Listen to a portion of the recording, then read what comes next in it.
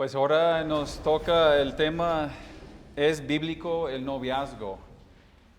El contexto bíblico, histórico y cultural. Recuerden que tenemos una cosmovisión bíblica, entonces todo lo que vamos a ver en esta vida, pues lo vemos a través de los lentes de esta cosmovisión, cristocéntrico, bíblico.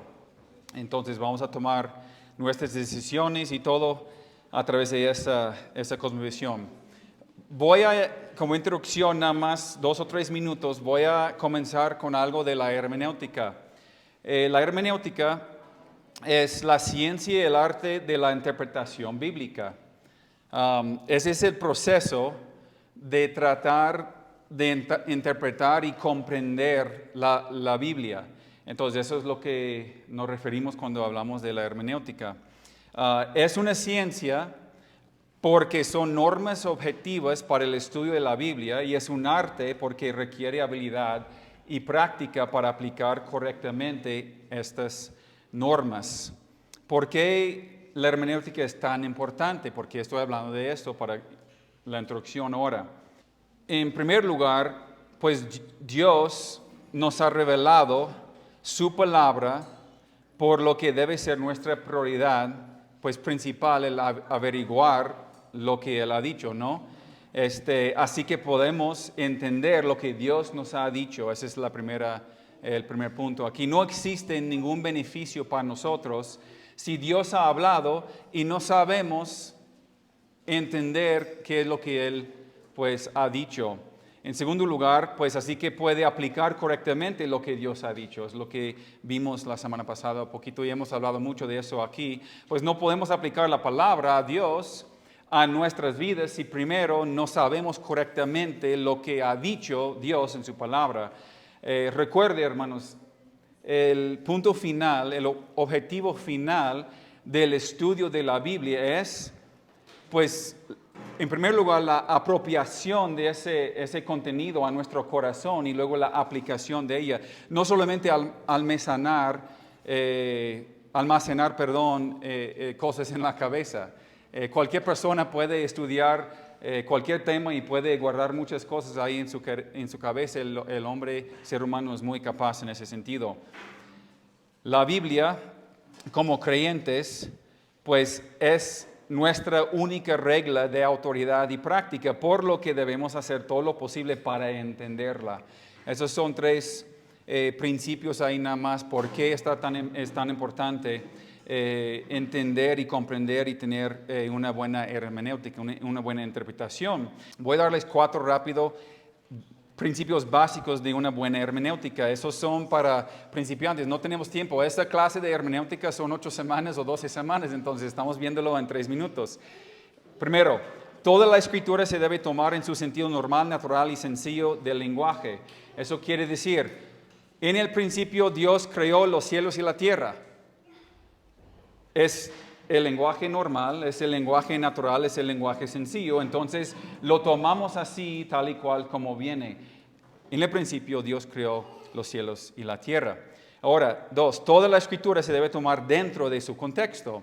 O sea, hay un contexto en el cual encontramos un versículo o un pasaje. Entonces, en el Antiguo Testamento, por ejemplo, cuando el profeta dice que no hay que adornar ningún árbol, tenemos que entender que eso no significa que un cristiano no puede tener un árbol de Navidad o algo. O sea, no podemos sacar ese versículo y decir, eso aplica a nosotros hoy en día. Entonces, por eso Dios prohíbe árboles de Navidad, por ejemplo. No podemos nada más llegar a esa conclusión por un versículo sacado fuera del contexto. Por eso nosotros predicamos versículo por versículo, pasaje por pasaje, dentro del contexto de cada libro y cada capítulo de la palabra de Dios.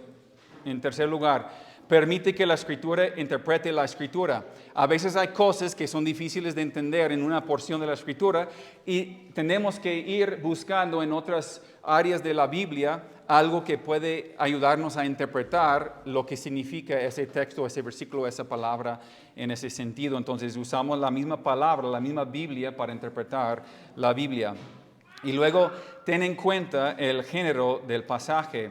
Ahora, eso quiere decir, la Biblia fue escrita, hay 66 libros, hay muchísimos autores, pero la Biblia fue escrita con muchísimos géneros. Hay el género literario, hay narrativo, hay histórico, hay poesía, hay profecía, pues hay sabiduría, hay epístolas, hay cartas. Todas esas son literarias, son géneros literarios.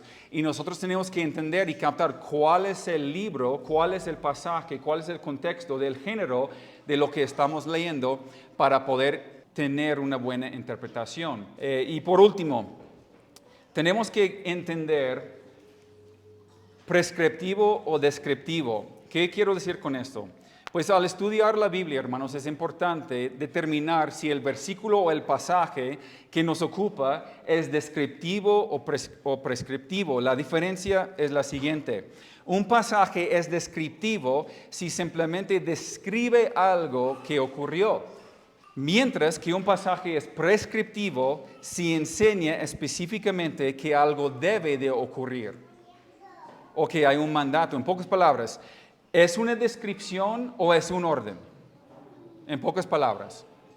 El pasaje describe algo que sucedió o prescribe algo que debería de suceder. Y eso es bien importante. Cuando un pasaje bíblico solo describe algo, pero se interpreta como si prescribiera algo, pues puede conducir a un pensamiento y un comportamiento erróneo.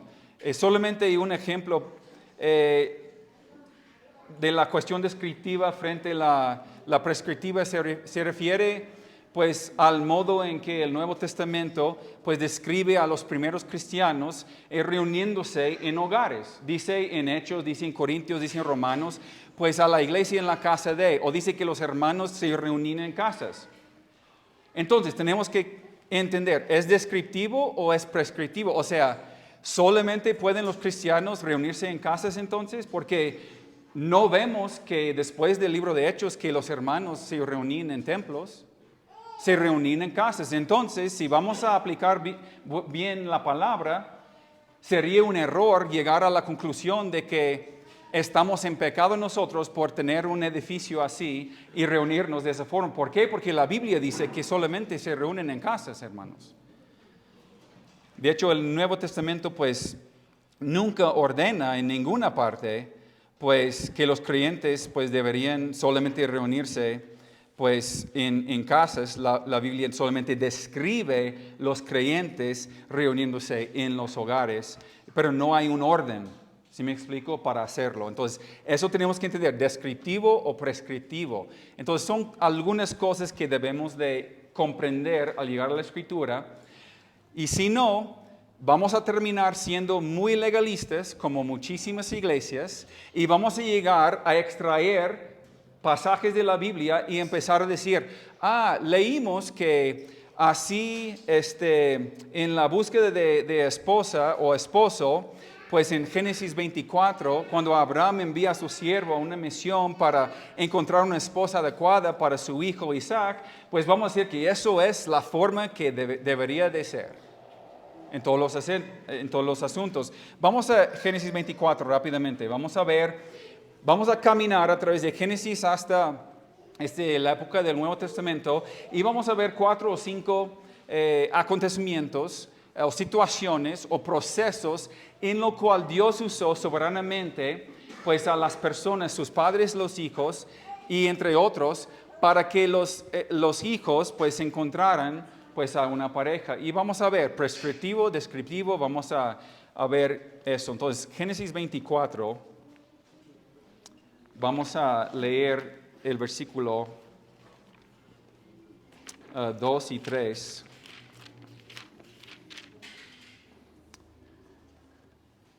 Bueno, de 1, Génesis 24. Era Abraham ya viejo y bien avanzado en años, y Jehová había bendecido a Abraham en todo. Y dijo Abraham a un criado suyo, el más viejo de su casa, que era el que gobernaba en todo lo que tenía: pon ahora tu mano debajo de mi muslo, y te juramento por Jehová, Dios de los cielos y Dios de la tierra, que no tomarás para mi hijo mujer de las hijas de los cananeos, entre los cuales yo habito, sino que irás a mi tierra y mi parentela y tomarás mujer para mi hijo Isaac. Ok, ¿Descriptivo, hermanos, o prescriptivo? No es muy difícil. Descriptivo. Describe algo que sucedió y eso es todo. Jamás le voy a decir, pues, bueno, ni siquiera tengo siervo, pero jamás le voy a decir a otro, pues pon tu mano abajo de mi pierna y pues te voy a dar. Eso era parte de la cultura de aquel entonces, cuando él daba su bendición y él pues lo encomendaba eso y era un juramento que el siervo hizo. Y estamos viendo en ese sentido, vamos a ver que sigue. Vamos a ver a 12 al 14. Vamos a ver qué sucede aquí en los versículos 12 a 14. Y dijo, oh Jehová, eso es el siervo, y dijo, oh Jehová, Dios de mi señor Abraham, dame te ruego, al tener hoy bien encuentro, y haz misericordia con mi señor Abraham. He aquí yo estoy junto a la fuente de agua, y las hijas de los varones de esta ciudad salen por agua. Sea pues que la doncella a quien yo dijere, baja tu cántaro te ruego para que yo beba, y ella respondiere, bebe, y también daré de beber a tus camellos, que sea esta la que tú has destinado para tu siervo Isaac.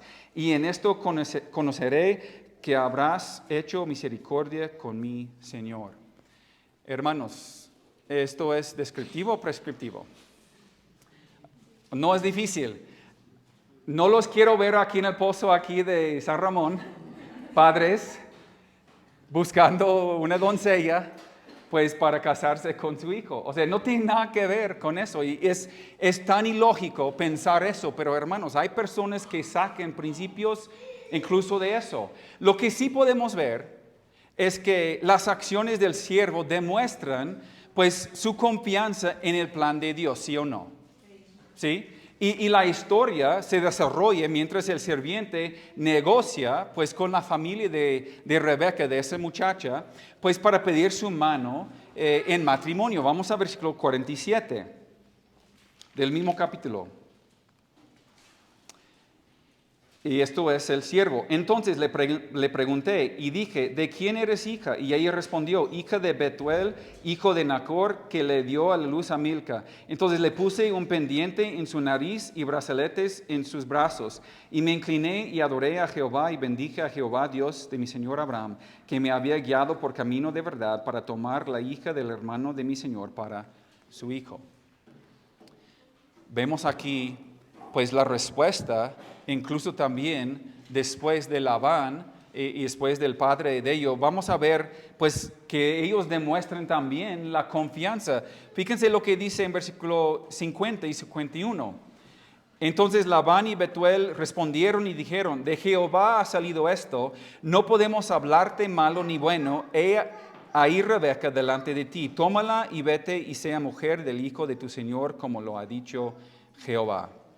¿Qué vemos en estas respuestas del siervo, la respuesta de Rebeca, la respuesta de estos hombres? Vemos que ellos están confiando pues en la soberanía de Dios. ¿Sí, hermanos? Es lo que vemos. De ahí no podemos extraer otra cosa. No vamos a ir sacando cosas que no nos pertenecen a nosotros hoy en día. Pero vamos a seguir viendo un poco de la historia porque vemos aquí también que hay una respuesta de parte de Rebeca. Mire lo que dice el versículo 57. Entonces llamaron a Rebeca y le dijeron, ¿quieres ir con este hombre? Ella respondió, iré. Pues ellos llegaron con ella y le preguntaron, ¿se te parece? Vamos a ver que eso no era la norma, no era la norma para la cultura. La norma no era preguntar a la hija si la hija quisiera o quería o estar con este varón. Eso no era la norma de la cultura. La norma de la cultura es que los padres entre sí pues decidieron, tu hijo va a casar con mi hija y pues los vamos a juntar y ya. Esto era la cultura por muchísimos años, hermanos. Pero vemos aquí que ellos dieron a lo mejor preferencia por decir o le preguntaron, ¿qué quieres, hija? ¿Qué quieres hacer? Pero esta respuesta de Rebeca, ¿qué enseña? Nos enseña que ella está confiando también en el plan de Dios, ¿no? De que ella está confiando plenamente en esa soberanía de Dios. Y la respuesta de Isaac, vemos cuando ella se va, de la casa con el siervo y llega ahí con Isaac. Entonces el criado contó a Isaac todo lo que había hecho y la trajo Isaac a la tienda de su madre Sara y tomó a Rebeca por mujer y la amó. ¿Qué hacía Isaac? Pues también confió en la voluntad del Señor, la soberanía del Señor, en la plan y la provisión del Señor en ese sentido, ¿sí? Pero jamás voy a llegar aquí al púlpito y decirles, hermanos, así dice la palabra de Dios, entonces así lo tenemos que hacer. Sería un gran error. Hay muchos lugares y muchas personas que quieren extraer cosas que no nos pertenecen a nosotros. Eso es descriptivo en su totalidad. No hay ni siquiera absoluto, ni siquiera una sola prescripción aquí para nosotros hoy en día. Es puro descriptivo. Lo único que podemos sacar como principio, o lo más importante para entender como principio, es que debemos de confiar en Dios y su plan, sí o no. Tenemos que confiar en Él, y su soberanía y su providencia, ¿ok? Ahora, vamos a ver la siguiente en Génesis 28 y 29. Si quieren, pues vamos a Génesis 28 y 29 y vamos a ver la situación de Jacob y Raquel. Vamos a ver las instrucciones de Isaac en el versículo 1 al 3. Dice la palabra de Dios, Génesis 28, 1 al 3. Entonces Isaac llamó a Jacob y lo bendijo y le mandó diciendo, no tomes mujer de las hijas de Canaán. Levántate, ve a Padan Aram, a casa de Betuel, padre de tu madre, y toma ahí mujer de las hijas de Labán, hermano de tu madre. Y el Dios omnipotente te bendiga y te haga fructificar y te multiplique hasta llegar a ser multitud de pueblos. Aquí Isaac le da a Jacob pues esas instrucciones. Él no envió a su siervo, ¿o sí? Él envió a su propio hijo. ¿Y cuáles fueron las instrucciones? Pues escoge tu mujer, escójala. Entonces aquí ya, unos pocos capítulos después, ya vemos otro patrón. Entonces, ¿cuál vamos a seguir? Si esto es para nosotros hoy en día, ¿cuál de esos dos vamos a seguir? ¿Vamos a mandar a nuestro siervo? ¿Vamos a arreglar nosotros como padres o vamos a mandar a nuestro hijo? O sea, por eso no podemos tomar esos pasajes, hermanos. Podemos extraer principios. ¿Por qué? Porque vamos a ver que Jacob obedeció a su padre. Era sumiso a la autoridad de su padre.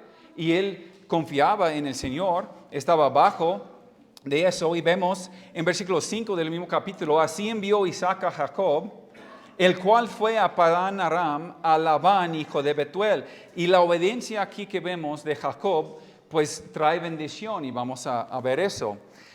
Pero vamos a ver otra cosa, hermanos. Vamos a ver que la desobediencia también trae condenación y trae consecuencias. La desobediencia a nuestros padres, cuando nuestros padres no están pecando con nosotros y no están pidiendo algo fuera del contexto bíblico, fuera de lo normal y natural, nosotros cuando desobedecemos como hijos, va a traer consecuencias en nuestra vida. Las autoridades en nuestras vidas son la palabra de Dios, son nuestros padres, son incluso a veces los líderes de la congregación cuando nos dan un buen consejo de acuerdo con la palabra. Pero fíjense lo que pasa aquí con el otro hijo de Isaac. Y vio Esaú como Isaac había bendecido a Jacob y que cuando le bendijo le había mandado diciendo, no tomarás mujer de las hijas de Canaán. Y que Jacob había obedecido a su padre y a su madre. Vio asimismo Esaú que las hijas de Canaán parecían mal a Isaac su padre, y se fue Esaú a Ismael y tomó para sí por mujer a Mahalat, hija de Ismael. Ustedes recuerden lo que pasa con Esaú, ¿no? A Jacob amé y a Esaú aborrecí. Esa es una de las razones. ¿Por qué? Porque traía un corazón rebelde. Nosotros cuando vemos padres que quieren guiar a sus hijos en ese proceso y vemos hijos que obedecen, es seguro que a ellos les va a llegar bendición. No que todo va a salir al 100, no que van a vivir una vida feliz de matrimonio sin problemas, no que nunca van a tener una discusión con su pareja, nunca, o sea, mucho menos, o sea, pero vemos bendición cuando los hijos obedecen a la autoridad de la palabra, la autoridad de sus padres, la autoridad de un buen consejo. En la multitud de consejeros hay sabiduría. Y también vemos ese principio de que cuando un hijo desobedece y se rebela contra su padre y su madre en cuanto a estas cosas y mucho más, que trae muchas consecuencias a su vida. Y tenemos muchos ejemplos, hermanos, no vamos a verlos, pero hay muchísimos ejemplos que podemos hablar. Ahora brincamos a capítulo 29 y vamos a leer aquí en 29, dice en 21, entonces dijo Jacob a Labán, dame mi mujer porque mi tiempo se ha cumplido para unirme a ella. Y sucedió que a la noche tomó a Lea su hija y se la trajo y le llegó a ella. Venida la mañana, he aquí que era Lea, y Jacob dijo a Labán, ¿qué es esto que me has hecho? ¿No te he servido por Raquel? ¿Por qué pues me has engañado? Y Labán respondió, no se hace así en nuestro lugar que se dé la menor antes de la mayor. Ustedes recuerden, Jacob llega ahí con esa familia, con Labán, y él dice, voy a trabajar por tu hija menor. Voy a trabajar 7 años. Y Jacob trabajó 7 años y cumplió los 7 años. ¿Y qué hace Labán? Una trampa. ¿Por qué? Porque él dice, aquí no se hace, en nuestra cultura es diferente. Nosotros no le damos a la hija menor porque eso sería una vergüenza para la hija mayor. Entonces él hizo trampa. ¿Y qué hizo? Le decepcionó y le entregó a Lea. Ahora, nosotros ni siquiera podemos imaginar cómo es que Jacob pasó toda la noche con Lea sin darse cuenta que no era Rebeca. Pero ¿saben por qué? Ellos no pasaban 7 años en noviazgo. Ellos no pasaban 7 años enamorados. Ellos no pasaban en citas románticas toda la semana. Ellos no andaban acostándose pues fuera del matrimonio. ¿Sí me doy a entender, hermanos? Y la costumbre era el padre entregara con la cara cubierta a la hija. Eso era la costumbre. Y ellos se acostaron, tenían relaciones y eso fue el matrimonio. De eso es lo que consumó el matrimonio en esa cultura. Él se levanta en la mañana y dice, ¿qué me has hecho? Y Labán dice, no, en nuestra cultura no se hace. Hermanos, ¿descriptivo o prescriptivo? Si alguien me viene y tengo 2 hijas y pide por la mano de mi hija menor, jamás voy a decir, no, es que la Biblia dice que pues tengo que dar a la mayor primero, entonces, pues si quieres casarte con una de mis hijas, pues cásate con la más grande. No, hermanos, o sea, eso es una locura, extraer cosas así. Pero lo que sí podemos ver es que Jacob, pues, en un sentido, estaba descansando en la soberanía de Dios. Algo que podemos ver aquí también es que Jacob después, ¿qué hizo? Cumple la semana de esta, o sea, la semana de casados, y Labán dice, en versículo de 21 al 30, dice, y se te dará también la otra por el servicio que hagas conmigo otros 7 años. E hizo Jacob así, y cumplió la semana de aquella, y él le dio a Raquel su hija por mujer, y se llegó también a Raquel, y la amó también más que a Lea, y sirvió a Labán aún otros 7 años. Hermanos, jamás voy a pedir al joven que viene por mi hija que trabaje 7 años conmigo.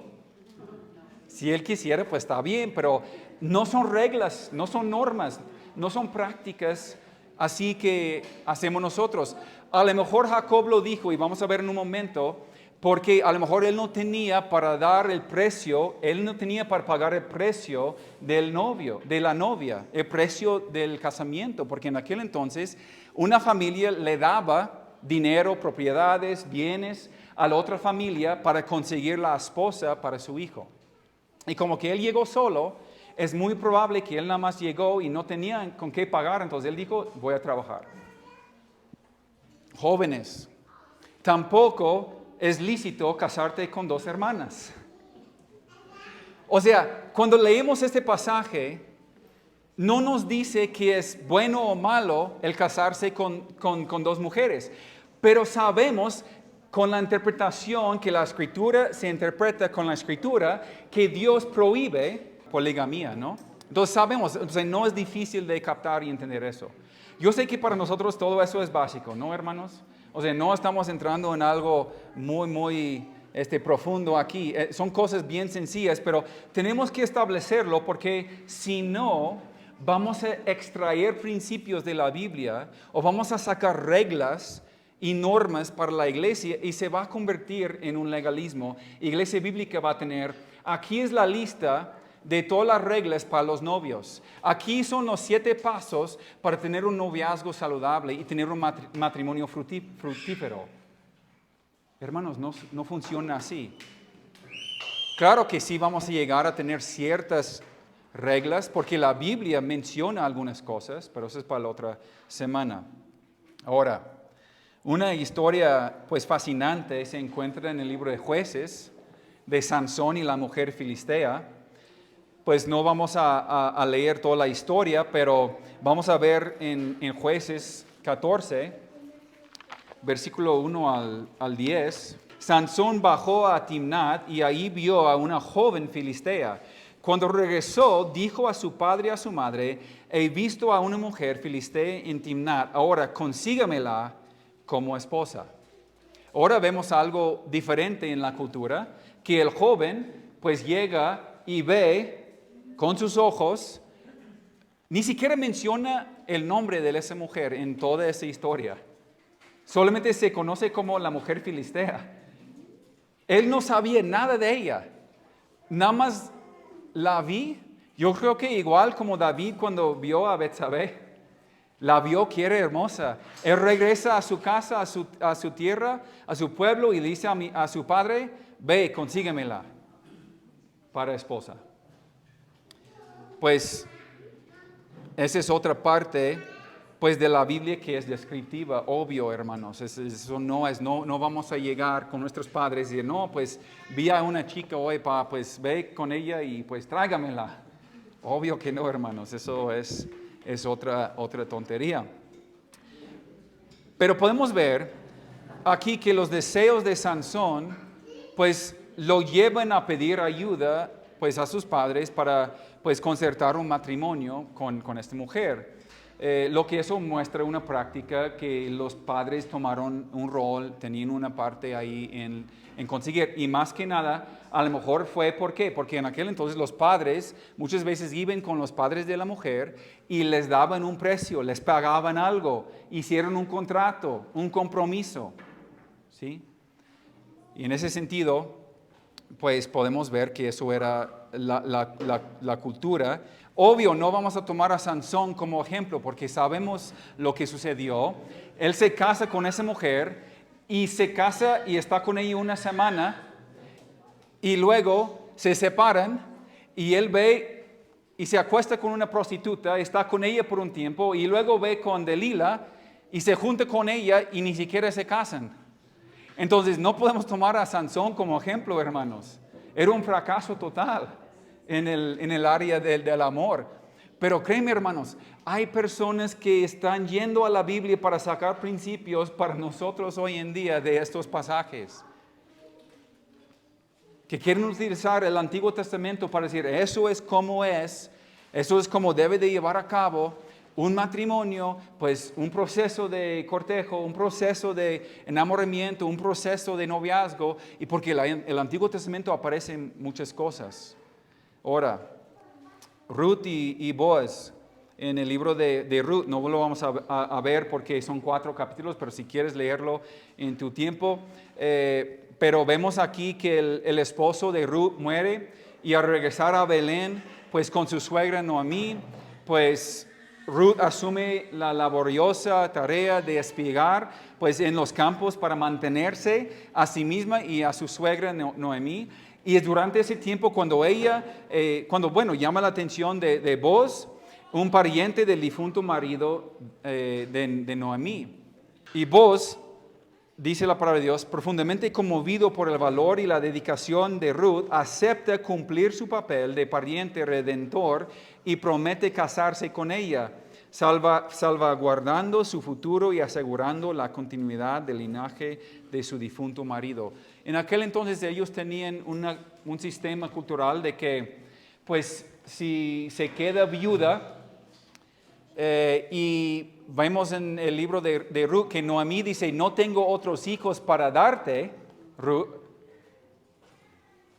¿Cómo que no tienes otros hijos para darme? En su cultura, si fallece un hermano, un esposo, la mujer muchas veces se casaba con otro hermano de la familia para proteger, pues, el linaje, el nombre, las propiedades, todo eso. ¿Sí? Por eso los judíos, cuando llegaron los fariseos con Cristo una vez, le preguntaron, si un hombre se casa con si una mujer se casa con un hombre y muere, y luego se casa con el hermano y muere, y se casa con el hermano y muere, y se casa con el hermano y muere, se casa con otro hermano y muere, ¿con quién se va a casar en el cielo? Y él dijo, no entiendes nada, en el cielo no se casan. Pero eso era parte de la cultura. En ese sentido, la parte de la cultura era que un pariente redentor que tomaba, o sea, esa responsabilidad de casarse con ella para acobijarla y para poder llevar a cabo, seguir con ese linaje, pues, de Ruth. Entonces así es lo que vemos, obvio, eso es descriptivo nuevamente, hermanos. Ahora vemos en 1 Samuel 18, no lo vamos a ver, pero vemos el caso de David y Mical. Si quieren leerlo, está en 1 Samuel 18, 17 a 27. Pero ahí es interesante porque el rey Saúl, queriendo destruir a David, le da a su hija Mical, quien se enamoró con David porque era un hombre poderoso. Era un hombre a lo mejor atractivo, él había ganado victorias y todo, y ella se enamora de él. Y el rey Saúl dice, él inventa un escenario cuando él va a dar a su hija a David para atraparlo. ¿Sí? Entonces, pues obvio, no vamos a tomar eso como ejemplo tampoco, hermanos. En Mateo 1, José y María. Aquí vamos a hablar poquito antes de seguir. Los matrimonios judíos usualmente eran dispuestos por los padres de la novia y el novio y comenzaban con un compromiso o desposorio. Los sentimientos de la novia y el novio sobre el matrimonio no se toman generalmente en consideración y era posible que la novia y el novio nunca se hubieran conocido antes del desposorio. En la cultura judía, el padre del novio pagaba un precio de la novia o mohar a la familia de la novia para negociar el desposorio, en esencia, por comprar la novia. El novio también le daba un regalo a la novia llamado matán, el cual se convertía en una parte de la propiedad que la novia llevaba al matrimonio. El desposorio judío era una parte importante del proceso matrimonial y era tan vinculante como el matrimonio mismo. Por lo tanto, si una o ambas partes deseaban terminar el desposorio, tendrán que obtener un divorcio. Ahora llegamos a Mateo 1. Vemos en este caso de María y José, quienes estaban comprometidos para casarse. Cuando María se descubrió que estaba embarazada por el Espíritu Santo, José consideró divorciarla discretamente para proteger su reputación, la reputación de él y la reputación de ella. Sin embargo, después de que un ángel visitó a José en la noche, José decidió continuar con su desposorio. Como pareja desposada, María y José eran esencialmente marido y mujer y más tarde se casaron. Eso era la norma de la cultura. Por eso la Biblia dice que él quería divorciarla. Y tú puedes pensar, pero eran comprometidos. ¿Cómo es que él tenía que, pues, divorciarse? Porque en la cultura tomaron ese periodo como el matrimonio, como el mismo matrimonio. Vamos a seguir leyendo. Era una costumbre común que la novia se uniera al hogar del padre del novio, en lugar de que el novio y la novia establecieran su propio hogar. Josué, entonces estás mal cuando me dices que no debería de casarme y vivir con mis padres. Porque aquí la Biblia pues nos enseña en la cultura judía que ellos se juntaron y vivieron con sus padres. ¿Por qué Josué es tan malo?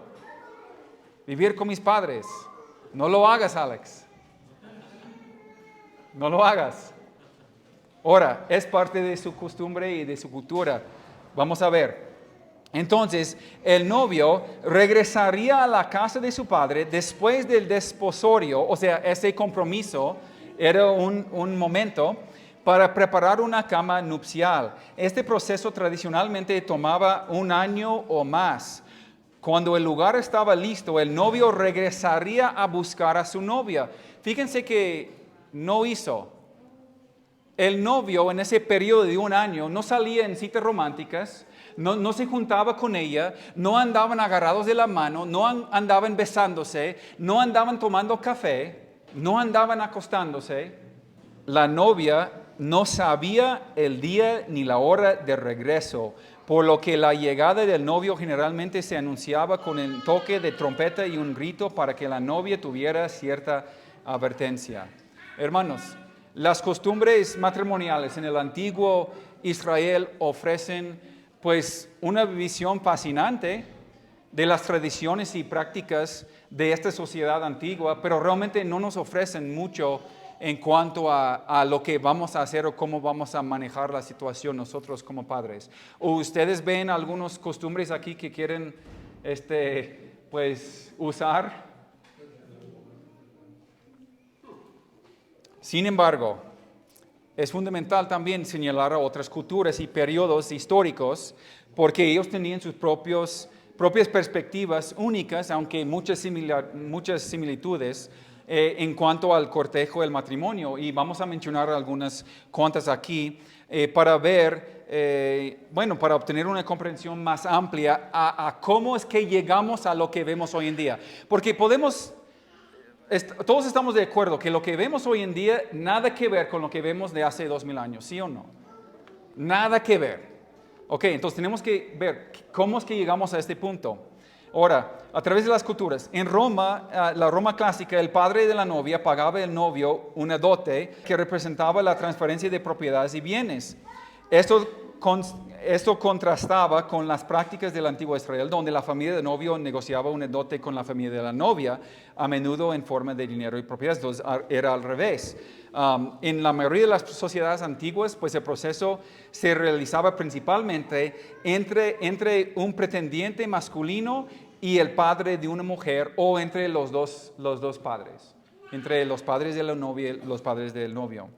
A través de las culturas seguimos. En Grecia, el joven ofrecía regalos o demostraba habilidades para su padre, con la esperanza de impresionarlo. Si el padre le escogía esposo a su hija, se casaban, el consentimiento de la hija se consideraba irrelevante. Entonces eso era, el novio llegaba y hacía, demostraba todos sus poderes, todos sus talentos, toda su elocuencia, y si él ganaba al padre, pues ganaba a la hija. La época medieval, si bien cabría esperar que los matrimonios concertados entre jóvenes fueran la norma, eso solo era cierto para los nobles y los ricos, quienes se casaban para intercambiar propiedades y asegurar herederos. La mayoría de los pobres podrían casarse por amor o al menos participar más activamente en el proceso. Entonces vamos viendo que algo comienza a cambiar, ¿sí? Los puritanos estadounidenses tenían creencias religiosas estrictas. Una piedra angular importante era su énfasis en el amor dentro del matrimonio. Una vez que un pretendiente conseguía la aprobación de los padres de la mujer, la joven pareja podía iniciar un proceso de cortejo que priorizaba el conocimiento mutuo antes del matrimonio. Así los puritanos pues ya comenzaron a tomar algunos principios de la Biblia y decir, pues el esposo debería de amar a su esposa, la mujer debería de sujetarse al esposo. Entonces, para saber si esto es cierto o si podría llevar a cabo de esa forma, sería bien a lo mejor que se conocieran antes y que desarrollen una amistad y un amor el uno por el otro antes de casarse. ¿Por qué? Porque vemos en la palabra de Dios que sí la Biblia pone una prioridad pues en el amor entre el esposo y la esposa en un sentido. Nada que ver con el amor que vemos hoy en día, pero en sí un amor, pues el amor ágape, el amor incondicional. Ahora seguimos. A principios del siglo XX, era el varón quien tomaba la decisión de conocer a una mujer soltera, la cual típicamente vivía en su casa paterna. El interesado se presentaba frente a los padres y si estos lo autorizaban, podía conversar con la joven. Esta visita consistía en una charla a cierta distancia bajo supervisión de los padres y en casa de estos. De la continuidad y exclusividad de las visitas se entendía la cercanía del matrimonio. O sea, tenía un propósito. Esas visitas tenían un propósito porque demostraban interés entre las dos personas para a lo mejor llevar a cabo pues un matrimonio. Lo que no vemos todavía hasta la fecha, estamos en el siglo XX, es el noviazgo como es comúnmente practicado hoy en día. El noviazgo, como una relación con una duración considerable, aparece durante la primera mitad del siglo XX, principalmente en el año 1920, más o menos por ahí, en los 20 y 30 del siglo XX, estaba fuertemente vinculado al matrimonio, igual como las visitas. Pero en esta época, el novio o novia tiene las características de prometido o prometida, entonces todavía lo toman muy en serio. O sea, se juntan en ese noviazgo, pero lo tomaron en serio como para el matrimonio, y eso es cuando nació, de hecho, la palabra noviazgo. Con el acceso al automóvil por parte de las nuevas clases medias de esos países, el noviazgo pasó de tener lugar en la casa y de ser supervisada por la familia de la mujer a tener lugar en el auto del varón y a centrarse en actividades, bailar, ir al cine, etcétera, pagadas con el dinero del varón, ya que no era usual que las mujeres trabajaran. Entonces estamos desarrollando ese panorama, cómo es que llegamos a lo que vemos hoy en día. Y vamos a ver un poco más. ¿Por qué? Cuando en los años 20, cuando estas mujeres solteras, liberadas de su dependencia de sus padres, comenzaron a ser cortejadas en público o llevadas a las citas, la policía, los políticos y los líderes cívicos se alarmaron. A los ojos de las autoridades, las mujeres que dejaban que los hombres les compraran comida, bebida, regalos y entradas parecían prostitutas, y concertar una cita parecía lo mismo que hacer un truco o prostituirse. Entonces, en la misma cultura de los Estados Unidos, cuando comienza eso del noviazgo, de las citas románticas, de salir pues en público en ese sentido, las mismas autoridades empezaron de hecho llevaron a varias personas, llevaron a mujeres a la cárcel, hermanos. ¿Por qué? Porque lo asociaban con hacer trucos, con la prostitución. ¿Por qué? Porque recibían algo a favor de salir con el hombre, igual como las prostitutas, de esta forma. De hecho, esa palabra salir en cita, pues viene de ese tiempo también, de la prostitución, porque las prostitutas tenían citas. Eso es lo que comúnmente, pues, las llamaban mi cita, tengo cita a tal hora en tal lugar.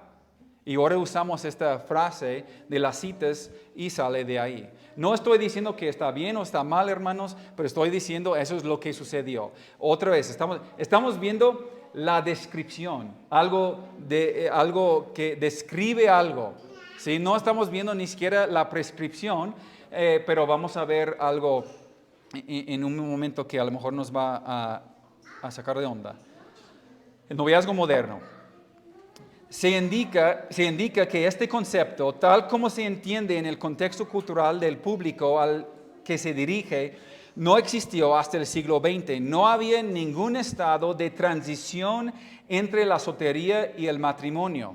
Entonces no vemos en ninguna cultura hasta el siglo XX un tiempo cuando dos personas, dos jóvenes, salen en citas románticas, se juntan en un noviazgo, irse conociendo el cuerpo del uno al otro. En ningún momento de la época, bueno, ¿cometieron pecado? Claro que sí. Las personas se acostaron con gente que no era su esposo, claro que sí.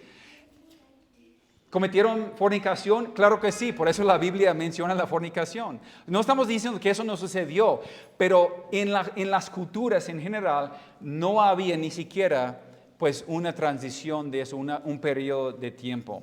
Ahora, quiero mencionar, ¿qué es, cuando hablamos de noviazgo, de qué estamos hablando?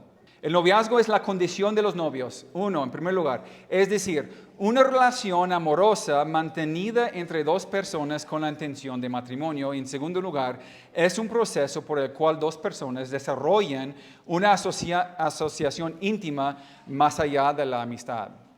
La primera descripción es una relación pues mantenida entre dos personas con la intención de matrimonio. En la segunda descripción, son dos personas que quieren tener relación, ¿sí? Que quieren juntarse y tener diversión, que quieren tener más que una amistad. Una amistad con beneficios, por decir, ¿sí? Hoy en día, básicamente, estamos viviendo en la segunda descripción, más que nada, en la sociedad en general. La mayoría, y vamos a ver eso en otro tema, entonces no me entro aquí, hermanos, perdónenme, no me entro.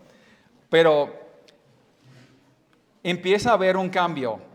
Hay mayor énfasis en el enamoramiento. Hay mayor énfasis pues, en la elección personal de cada joven, de cada quien. Los padres pues, ya son quitados de la ecuación.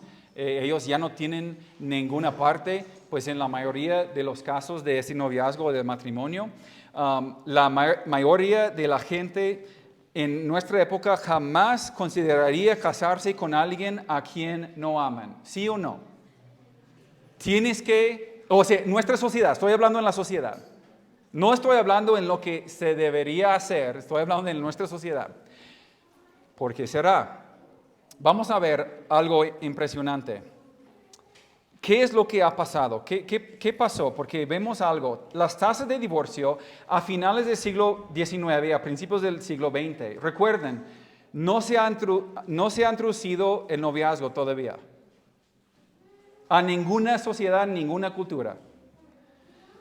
En 1867 al 1890, eso es cuando comenzaron a tomar las estadísticas, registrar en 1867. Es el primer registro que tenemos de divorcios. 5% en todo ese tiempo. En 91 al 1900 subió a 7%. 1901 al 1915 subió a 10%. 1916 al 1930 subió a 16%. ¿Qué sucedió en 1920 más o menos? Todos empezaron a salir y escoger su propia esposa, su propio esposo, bajo otras normas y otras condiciones, diciendo, yo quiero enamorarme con alguien y voy a casarme con esa persona. ¿Por qué? Porque la quiero tanto. Me enamoré de ella, me enamoré de él. Pero vamos a ver algo muy interesante.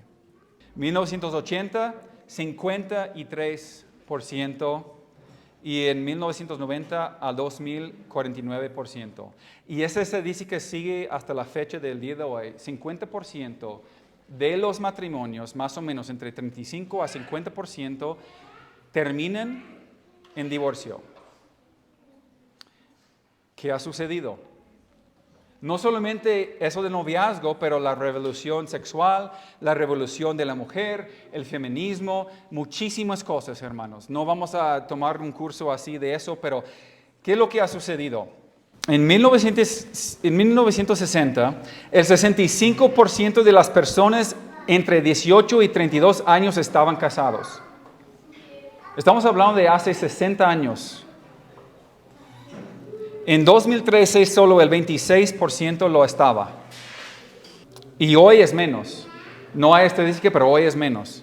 Del 74% que no está casado, o sea, hay 26% que están casados, 74% no, 7 de cada 10 desearían estarlo. Algunas personas intentan justificar esto afirmando que los jóvenes adultos de hoy en día simplemente no quieren casarse. Pero el mismo estadística dice lo opuesto. 70% de los que no están casados quieren casarse. Quieren estar casados.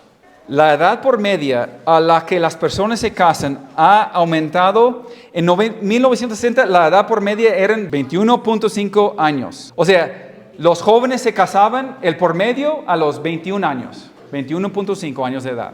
Se casaron a los 16, a los 18, a los 21, a los 23, pero muy pocos a las 35, 40. Fíjense, hoy, 2023, la edad por media son 32 años de edad. Pues solamente déjalo, vamos a meditar en eso, hermanos. Lo más sorprendente de esta estadística, hermanos, y todo lo que estamos viendo, es que parece que los jóvenes adultos de hoy en día deberían ser muy, pero excelentes en las citas románticas, en el noviazgo y en el matrimonio. En comparación con las generaciones anteriores que no practicaban el noviazgo, hoy en día,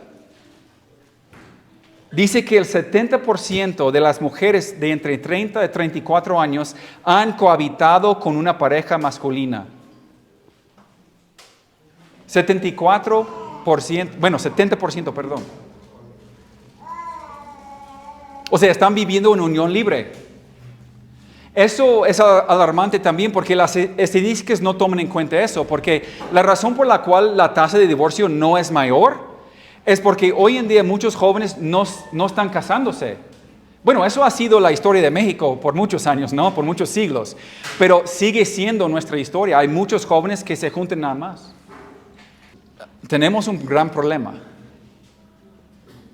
Es una grave situación en que se encuentra la iglesia hoy en día en medio de una cultura que está destruida totalmente. No entiende nada en cuanto al noviazgo, al matrimonio, en cuanto a encontrar una pareja. Y la mayoría de las iglesias tampoco enseñan lo que la palabra nos enseña, no instruyen, no dan consejos bíblicos, porque tienen dos extremos. O la iglesia es bien permisiva y permite el noviazgo igual como el mundo, o la iglesia es bien legalista y solamente trae reglas y reglas y reglas y reglas y reglas y reglas y reglas. Y son cargas que los jóvenes no pueden cumplir. Y el problema aquí es que estamos siguiendo los ejemplos equivocados. Desde que nacemos, hermanos, nos dicen que las citas y el matrimonio deben ser de una determinada manera.